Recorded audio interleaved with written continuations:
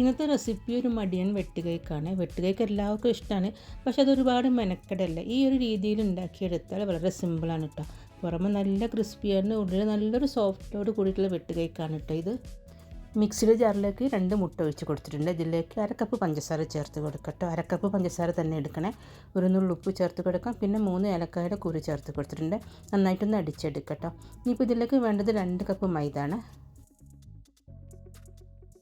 പിന്നെ 1/4 കപ്പ് റവ ചേർത്ത് കൊടുക്കട്ടോ. പിന്നെ 1 ടീസ്പൂൺ ബേക്കിംഗ് പൗഡർ ചേർത്ത് കൊടുത്തിട്ടുണ്ട്. എല്ലാം കൂടെ ഒന്ന് മിക്സാക്കി എടുക്കട്ടോ. ഇത് നന്നായിട്ടൊന്ന് ആദ്യം മിക്സാക്കി എടുത്താൽ മതി. ഇത് കുഴക്കേണ്ട ആവശ്യമൊന്നുമില്ല. പിന്നെ ഇതിലേക്ക് വേണ്ടത് നെയ്യാണ്. ഒരു 1/4 കപ്പ് നെയ്യ് ചൂടാക്കിയിട്ട് വേണം ഒഴിച്ച് കൊടുക്കാൻ.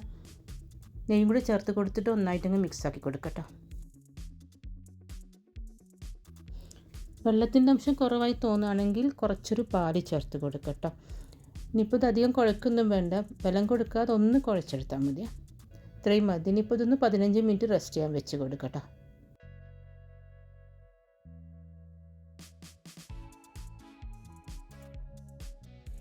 ഇനി ഇതൊന്ന് കുറേശ്ശെ എടുക്കുക, ചെറിയ ചെറിയ ബോൾസാക്കി എടുക്കട്ടെ. ഒരുപാടങ്ങ് ബലം കൊടുക്കാതെ വേണം ഉരുട്ടിയെടുക്കാൻ.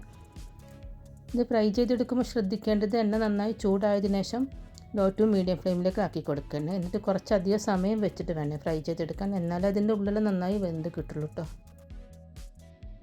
ഇതൊരു തവണ ഇതേപോലെ ഉണ്ടാക്കി നോക്കിയാൽ പിന്നെ നമ്മൾ എപ്പോഴും ഇതേപോലെ തന്നെ ഉണ്ടാക്കി നോക്കുക. അത്രയ്ക്ക് സിമ്പിളാണ്. അപ്പോൾ ഒന്ന് ട്രൈ ചെയ്ത് നോക്കുക. വീഡിയോ ഇഷ്ടമായ ഫ്രണ്ട്സിനൊക്കെ ഒന്ന് ഷെയർ ചെയ്ത് കൊടുക്കണേ. ബൈ.